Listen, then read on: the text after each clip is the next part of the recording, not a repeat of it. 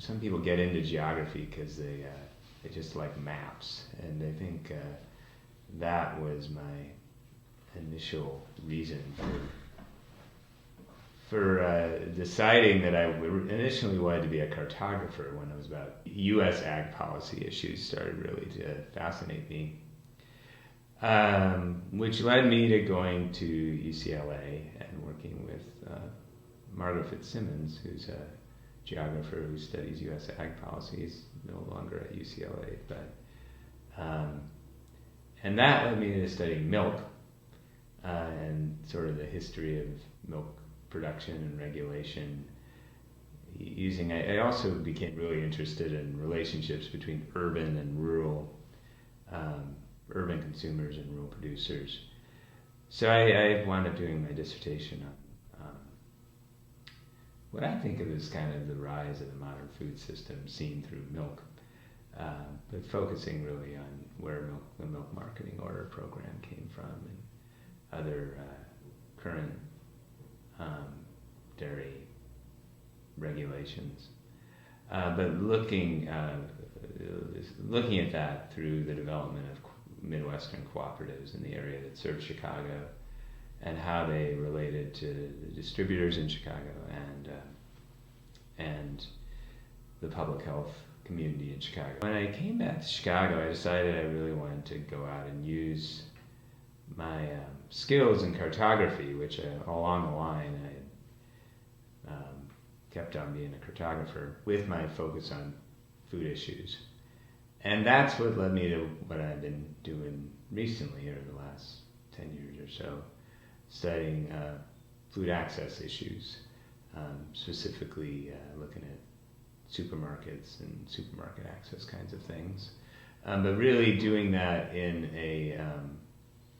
a collaborative way, often with community organizations, and sort of being focused not only on research but really assisting community organizations with using this research to do planning and action in their communities. It's also when I came to Chicago, just a couple months after I came, the Community Food Security Coalition had its annual meeting in Chicago, and I went and I found some activists who were trying to start some sort of food policy council. So I went to the meeting of the council, and they talked about the need for a map showing food access or where the supermarkets were and that sort of thing, which I was amazed was not already around. But over time I realized why, because there wasn't very good data out there. But I wound up creating, getting a grant and then doing a couple different kinds of food mapping. One that was very in depth in a smaller area, not too small, but an area about under 15,000 on the west side of Chicago. We did partner with a community organization to do market basket studies, where you make a list of all like 102 foods, go out and see what's in these stores, every store in the community. So we looked at every store, which was kind of a neat thing. There's a lot of these kinds of studies, just look at larger stores. So that was a really fun and insightful community-oriented study. And out of that, we created maps. And those maps one of them wound up being in a city report which compared a lot of neighborhoods for food access. And that the maps really both communicate the idea, and this was right, the idea of food deserts wasn't really around in much of the time, but that the maps kind of communicated that idea. And then when we went and did a mapping of the entire 6-county region, and we sort of focused on areas, we did things like show distance to the nearest large store, and then put a crosshatch of the African American communities of Chicago and the suburbs on there. the correlation, that you could just see on the map really told a story really quickly, and people just get it. Now that, it shouldn't imply that one thing is causing the other and it's the only thing out there, but the map is so communicative, even though we do statistics after that and such to, sort of prove these connections, that map is really kind of the most important thing that brings people in. And then we also worked in specific communities and did community maps of those on food access. And those sort of help with community planning.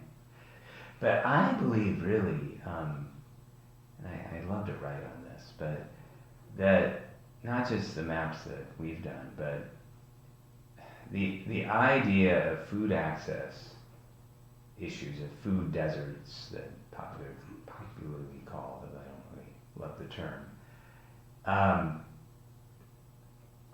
I think why this has come up so much now, not only that, but things like health disparities and such, is because mapping of these kinds of things has become, in a sense, easier to do. Like you can create maps with Geographic Information System, a GIS, sort of showing distributions of things like this fairly easily, and because of that, not just professors like me, but consultants and activist groups have been making these kinds of maps. And sometimes they may be pretty simplistic, but they tell this story of, look, there is amazing disparity in food access between here and here.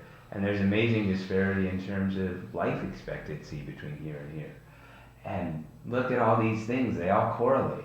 Crime correlates, the income correlates, all of this.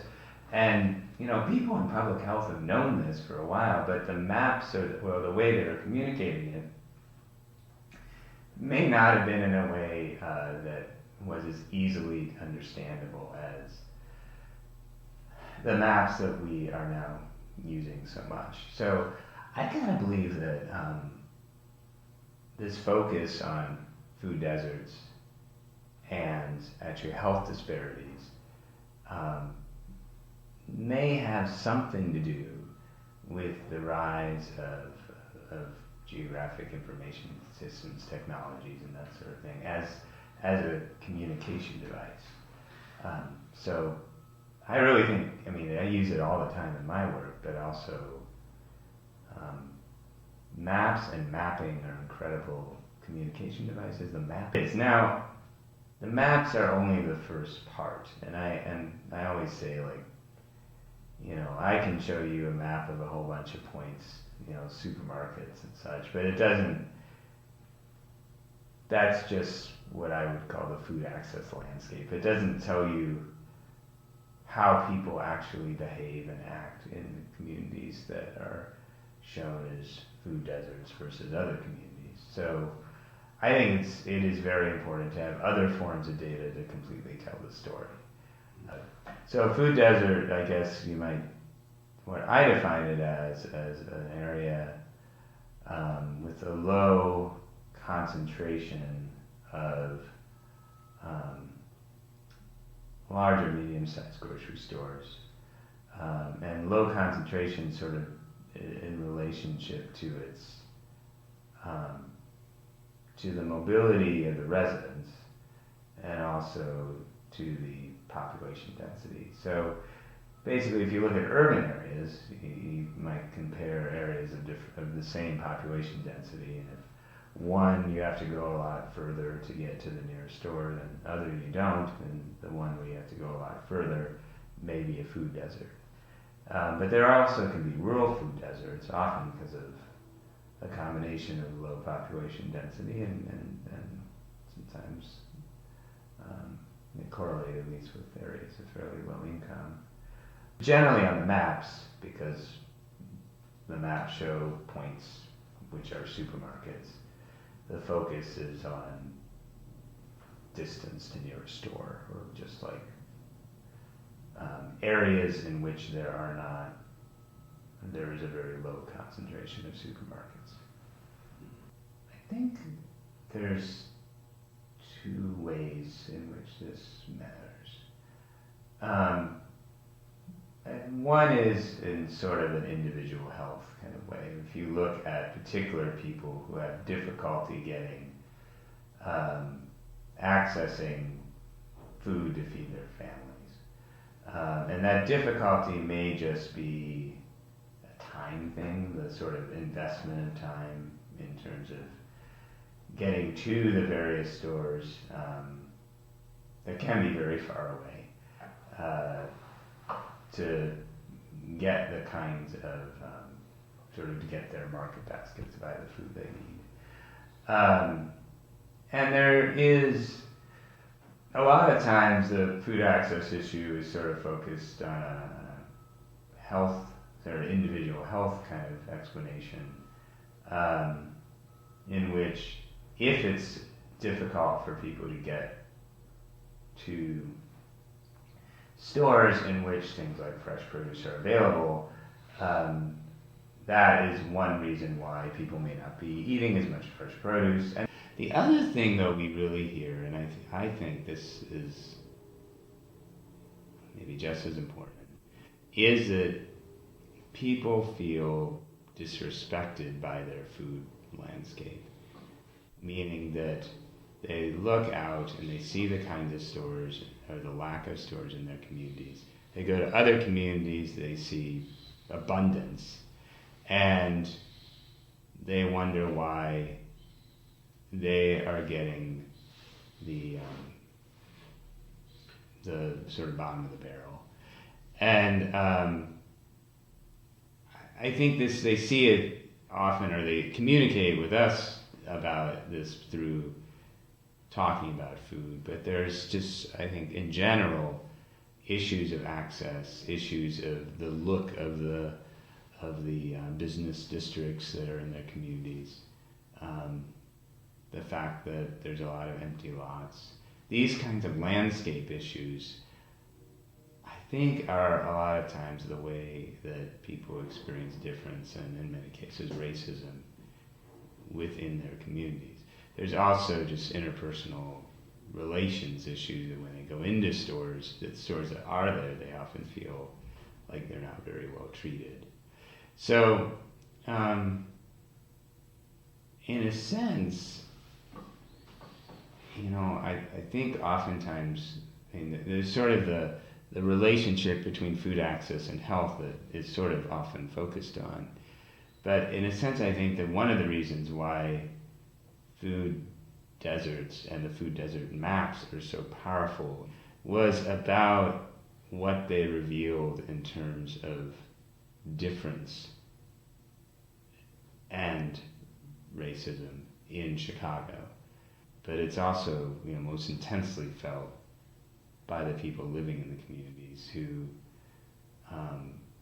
experience this both as a hardship, both as a difficulty in getting food, but also in a way of defining their communities and how they're treated in our society. Why is it that so many food places in poor communities feel oppressive from the moment you walk in? I know that the people who we interviewed from poor communities talk about those kinds of things. And it's not just other people who've studied why people choose to shop at particular stores talk about things like smell and lighting and such, almost more than price. Now, the flip side of this is, there are ways in which there are markers that discount stores use to sort of indicate that they're a discount store, like the boxes. Whether when you come in the floor is sort of concrete and gray or tiled and white. These kinds of things are markers to how people should perceive that store. I think, stores in wealthier communities do tend to get the food, the grocery store, the supermarket companies do put more money into the aesthetics of that experience. Way back in the beginning of this, we were talking to some consumers in the Austin neighborhood of the West Side, the first study we did, and one of these commented that General Mills was making all their cereals whole grain, and they put this in sort of big letters on the cereals, and this person commented they had stopped eating General Mills cereals because it says whole grain on there, and that wasn't the kind of food that they would eat. Because they didn't think whole grains would taste very good, and it wasn't for them. And we mentioned this to somebody at General Mills, and they were like, "Oh, this is an African American neighborhood on the West Side," and they had never thought of that a group of people, or at least maybe this was just a few people we interviewed, but would have such a negative feeling about the fact that it said whole grains that they search out other options that didn't say whole grains on them. But food buying is very complex, but it's not just that everybody's aspiring to to move up. It's also people are using those different stores for different reasons.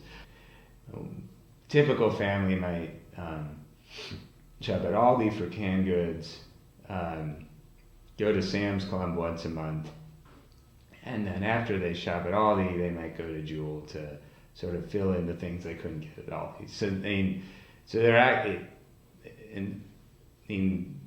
that takes a lot of time, and that might be somebody who's fairly focused on the cheapest and best ways of doing this. But they use these stores at different levels for different things, and because they need to sort of know what level they're at, all these aesthetic things come in terms of communicating that. So what level they're at, what kind of store they're at. So I guess that's what I'd say. So it's not just the low end for poor people, the high end for wealthier people. It's people actually at both ends of income scales using markers and those would be the smell of the store, the brightness of the store, the parking, and the brands that are there, to sort of re-convince them that they're in a store of a certain type at a certain price point and where they can get certain things.